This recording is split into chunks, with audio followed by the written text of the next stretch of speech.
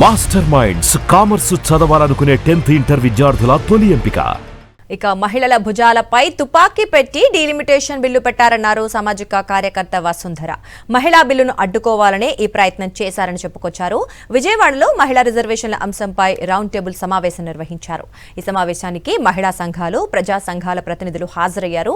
Delimitation అమలు చేస్తే ఉత్తర, దక్షిణ భారత రాష్ట్రాల మధ్య అసమానతలు పెరిగే ప్రమాదం ఉందన్నారు.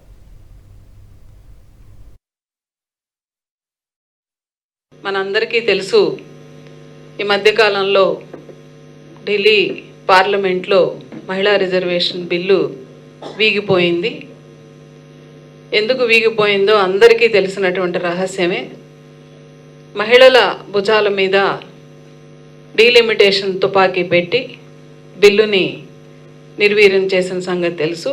ఈ మధ్యకాలంలో నిజంగా వీరికి చిత్తశుద్ధి ఉంటే, కేంద్ర ప్రభుత్వానికి చిత్తశుద్ధి ఉంటే, వారికి పూర్తి మెజారిటీ ఉన్నప్పుడు ఈ మహిళా బిల్లుని ఆమోదింపజేసి ఉండవచ్చు. అంటే చిత్తశుద్ధి లేదని అర్థం. ఇప్పుడు మహిళా బిల్లుని డీలిమిటేషన్తో మొదట బిల్లు చట్టం చేయబడింది. దాన్ని ఆమోదింప చేయడానికి సవరణ చేసి ఆ చట్టానికి డీలిమిటేషన్ని యాడ్ చేసి దానికి రెండింటినీ కలిపి ఓటింగ్ పెట్టడం అంటే ఈ దేశ సమగ్రతని వాళ్ళు ప్రమాదంలోకి నెట్టడమే అనేది అందరికీ తెలిసిన విషయమే.